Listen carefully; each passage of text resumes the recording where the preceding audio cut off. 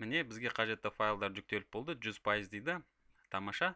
Енді ары қарай жұмыс жасаймыз. Мен дайындаған құжатта міне жүйені қайта жаңарту, яғни апгрейд жасау қажеттілігі туындауы мүмкін, себебі сізге соңғы файлдардың барлығын осы Ubuntu-ға операциялық жүйесіне жүктеп алу қажет. Сондықтан мен қазір осы командалардың ішінде sudo apt-get dist upgrade нүктесін, яғни командасын жазамын, және осы команданы енгізе отырып, мен осы біздің операциялық жүйедегі барлық файлдарды жаңартамын. Ол үшін тағы да Ubuntu терминалына келемін, және осы жерге paste нүктесін басамын. Бұл команданы енгізейін, және қарап отырсаңыздар, міне бұл жерде жазып тұр екен, 419 жаңартулары бар. Соның ішінде жетеуі жаңадан орнатылады дейді.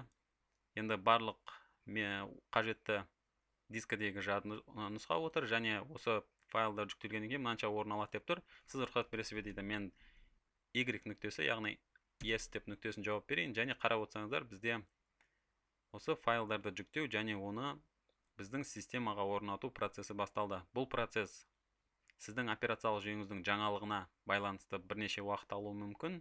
Менде бұл операциялық жүйе жүктелгеніне бірнеше уақыт болған, яғни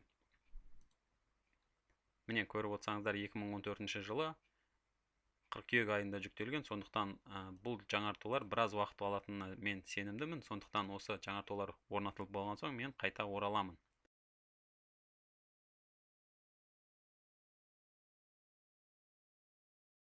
Міне бізге қажетті файлдардың бәрі жүктелді. Енді қарап отырсаңыздар, ол жүктелген файлдардың барлығы ашылды және операциялық жүйеге орнатылды. Енді келесі қадамды қарастырамыз. Ол қадам бізде, яғни операциялық жүйені жаңарттық.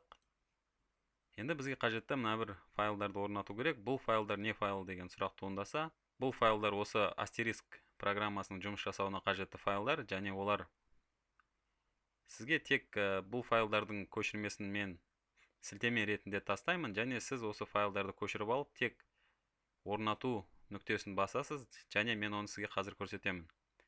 Енді мен оны орнату үшін осы файлды табайын, және мына жерде бұл берілгені нұсқасы бізді яғни толық қанағаттандырмайды. Ол бізде қазір мен керек файлды табамын, және оны орнатамын. Файлдардың тізімі міне берілген. Мен осы файлдар тізімін көшіріп аламын, және осы Ubuntu-ға келіп орнатамын. Енді бұл жерде қарап отырсаңыздар, орнатуға мен тырыстым, және қате шықты. Және айта кететінім, бұл файлдарды барлығын сізге не екенін қазір таныстырмаймын.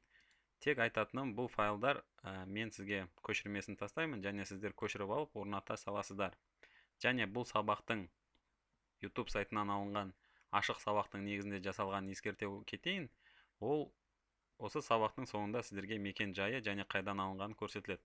Енді мен осы файлдарды орнату нүктесін басайын, және бұл жерде мен Enter нүктесін басқанда осы файлдарды орнатасыз ба деген менен сұрақ қойылды, және мен осы жерде Yes нүктесін басып, ары қарай орнатуды жалғастырамын.